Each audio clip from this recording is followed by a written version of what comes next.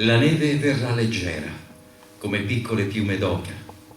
Soffermandosi prima sugli alberi, quindi filtrerà tra i rami, posandosi infine sui cortinari gelati, sugli arbusti di mirtillo, sul muschio come velo di zucchero su di una torta.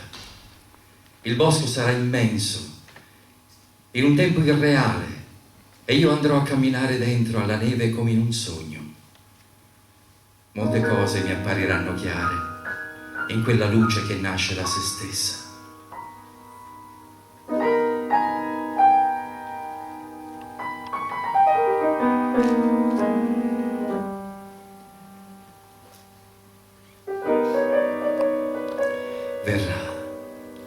Verrà il caro scricciolo sulla catasta di legna ad annunciarmi la prima neve, come quando ero ragazzo con il suo tic tic tic ripetuto più volte e il suo campanellino nascosto nella gola si sentirà lassù, dove le nuvole compatte e bianche aspettano il segnale.